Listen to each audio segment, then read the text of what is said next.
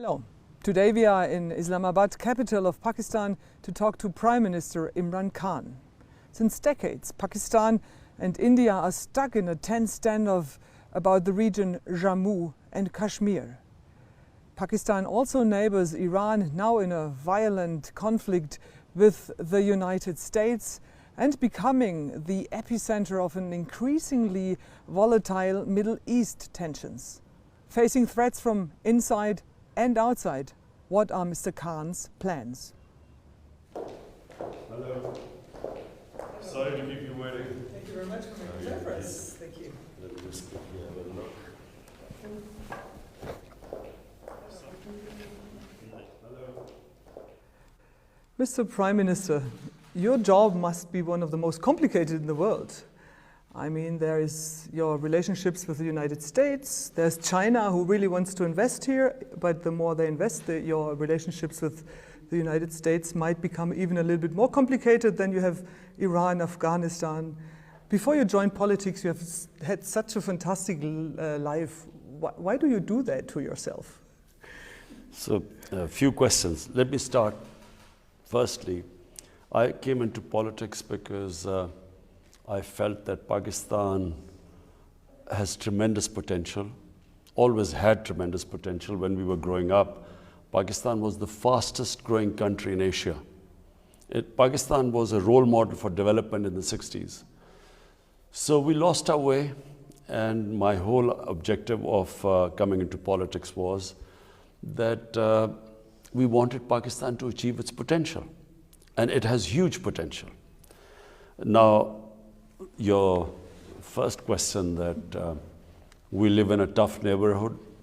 We have issues, balancing act, because we have, for instance, Saudi Arabia, which is one of Pakistan's greatest friends, always been a friend in need for us.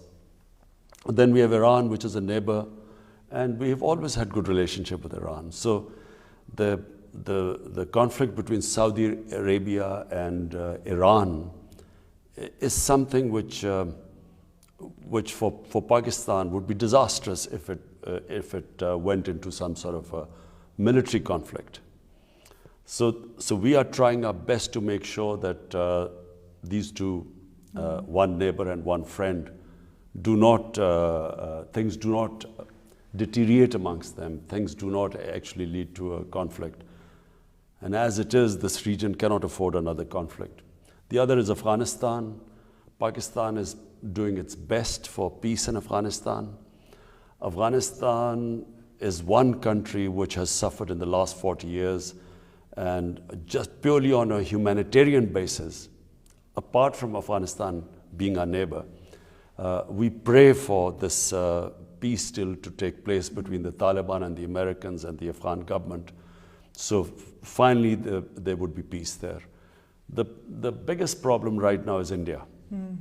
I'd like to catch up on that. I mean, we were nearly facing a war last year, and ever since Prime Minister Modi scrapped this special status for Indian-administrated Kashmir last August, it's getting even more tense. What is your government doing or planning to diffuse these tensions with New Delhi? Look, I was the first political leader to warn the world about what has happened in India. India has been taken over by an extremist, a racially extremist, exclusive ideology, which is called Hindutva. The ideology stems from RSS. RSS was born in 1925. Its inspiration was the Nazi Party in Germany. The founding fathers of RSS believed in the Nazi ideology of racial superiority. And just as the Nazi ideology was built on hatred for another minority, similarly, the RSS ideology is based on hatred for Muslims and other minorities, Christians as well. So therefore, I warn the world that it is a tragedy for India, and I think for its neighbors, that India has been taken over by this RSS ideology, which, by the way, 3 times was banned in India as a terrorist organization. RSS assassinated the great Mahatma Gandhi. So a nuclear-armed country of 1.3 billion people is in the hands of extremists. And so not only are people of India going to suffer, and they are already suffering, there are riots in India and there are demonstrations, but Kashmir, to be specific, 8 million Kashmiris now for over 5 months are in a state of siege. And it's because of the RS ideology, which believes that only India belongs to Hindus, other minorities are inferior. What does it mean for you? I mean, how can you handle that conflict? Do you try to talk to Modi? What are you doing? Well, when I first became the Prime Minister, I made every effort to talk to the Indian government, Prime Minister Narendra Modi. My first speech, I said, you come 1 step towards us, we'll come 2 towards you, that we can resolve all our differences through dialogue. But it soon transpired that there was a reason why India was not responding. And the reason was the RSS ideology. And this then soon became evident last year when on 5th August, they unilaterally annexed Kashmir. Kashmir is a disputed territory between Pakistan and India. In the several United Nations resolutions from 70 years ago, not only call it a disputed territory, but the people of Kashmir were given the right by the international community, by the United Nations, that they, through a plebiscite, they should decide their own destiny. But Prime Minister Khan, there are many Pakistani people who also say that the human rights situation in the Pakistani part of Kashmir is also not perfect. How do you answer to that? Well, this is very easy. Why do we invite anyone anywhere in the world can come and see the Pakistan side of Kashmir? And then they go and see the Indian side of Kashmir.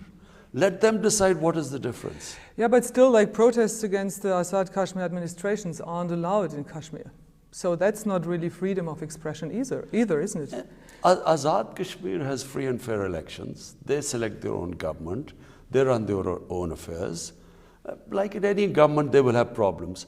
But as I repeat again, why don't we invite all observers from anywhere in the world? They can go to the Pakistan side of Kashmir, and then they go to the Indian side of Kashmir. They will not be allowed to go to the Indian side of Kashmir. Everything is sealed. All the top leadership is in jails in India. Thousands of teenagers have been picked up from their homes and taken away. There's no internet facility there. There's a total clampdown. You cannot compare what is happening in India to what is in Azad Kashmir. But let me stress that one more time. I mean, you'd really take strong stands for the freedom of the Kashmir people, obviously, on both sides.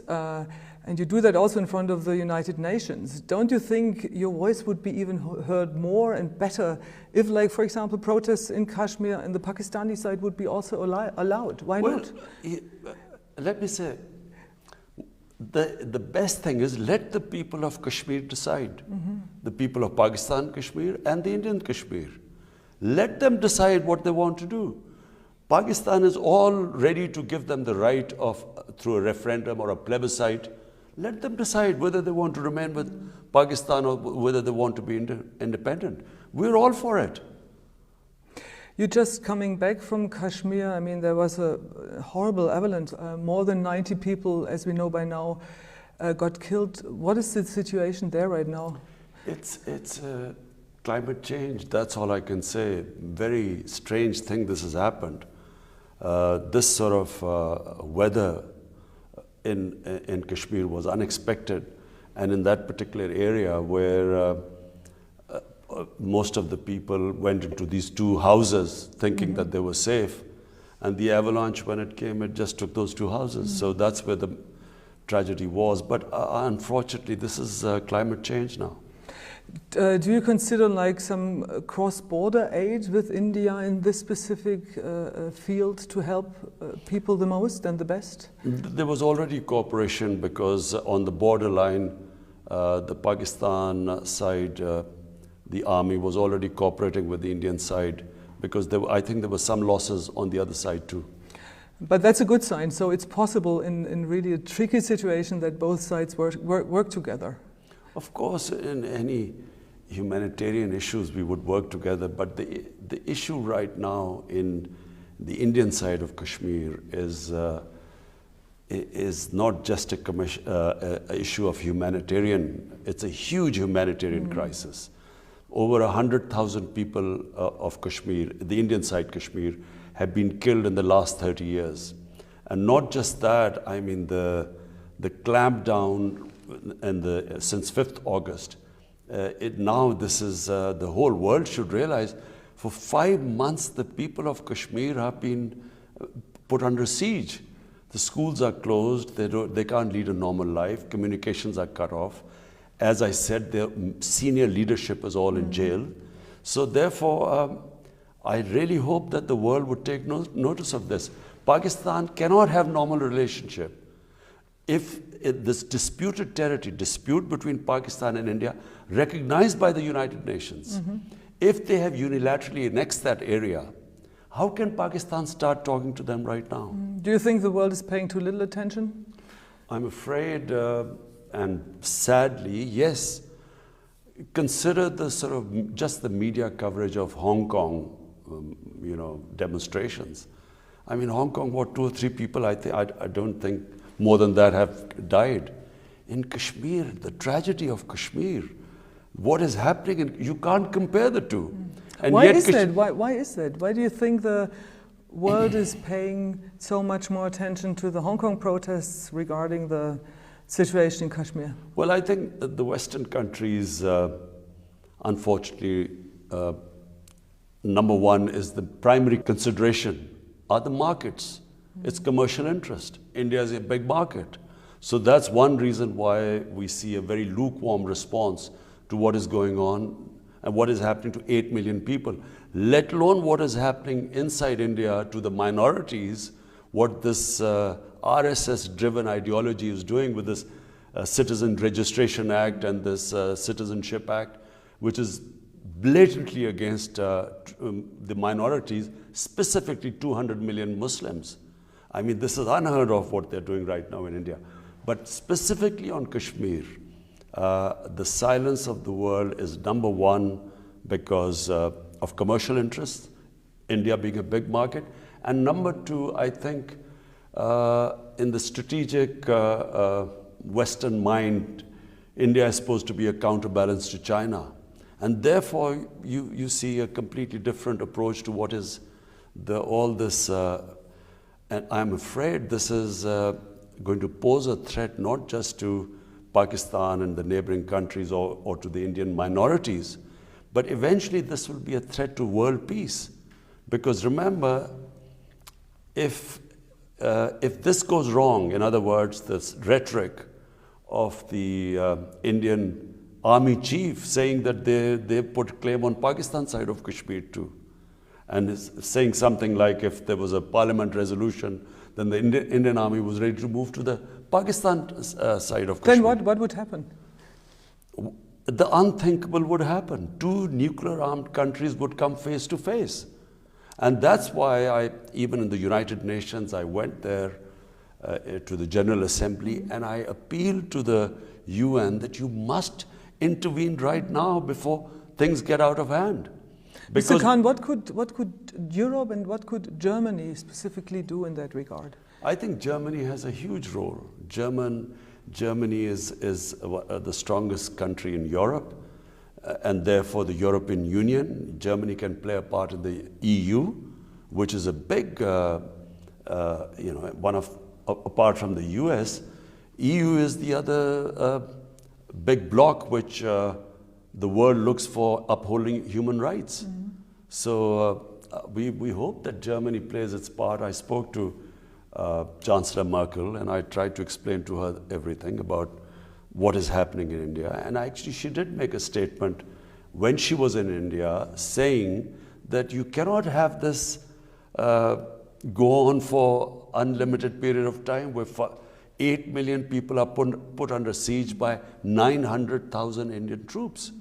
So she did speak about it, but I think, and I hope that Germany will speak out against what is happening. Mr. Prime Minister, you talked about minorities. Your government's Kartarpur corridor is allowing Indian Sikhs to visit a really important place of pilgrimage here in Pakistan, and you got a lot of applause for that. Do you think it can help to improve the relationship with India?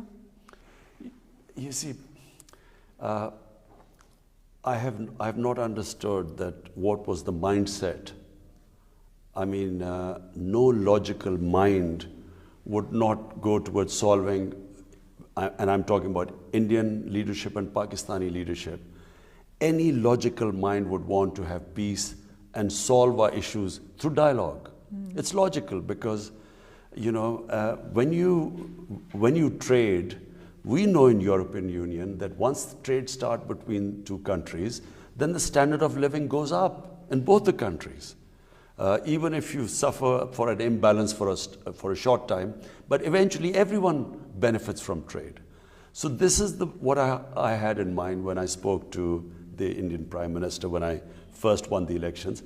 And the whole idea was that, you know, to alleviate poverty in the subcontinent, the best thing would be for India and Pakistan to start trade. Are you planning something for the Hindu community as well, so that they, for example, would be allowed to have a visa-free travel to India to visit their places there? At the moment, it's just a corridor. Kartarpur is just a corridor, because it's one of the most sacred. In fact, it is the most sacred place for the Sikh community, and it was only 4 kilometers from the border. So we thought that, you know, why should the Sikh community not be able to visit it from India or anywhere else in the world? And that would mean that the Hindu community also, it would be easier for them to go to India as well in a bigger thinking, in a bigger picture. Do you working on that? Yes, we would like that. But at the moment we have this tension going on. You know, there's bombing on the line of control right now in Kashmir.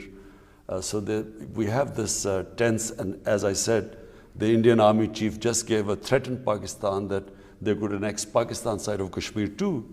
So we have a temporary problem, but in the long run, and I hope a sane government comes to India, which is not driven by this mad racist ideology. What would be best for the subcontinent is if we can live in harmony with each other and trade with each other. And of course, there's only one difference, and that is Kashmir. And if that could be resolved according to what the United Nations Security Resolution was 70 years ago. Talking about the subcontinent, it's such a beautiful part of the world. I mean, especially Pakistan as well. Wouldn't it be great if you could kind of let tourism blossom and get more people here to visit these beautiful sites? We are opening up Pakistan for tourism. We have, for 70 countries, we have decided to give them visa on the airport. So it's a big change in Pakistan. We are really opening up our country for tourism. Pakistan is actually one of the most undiscovered tourism paradise in the world.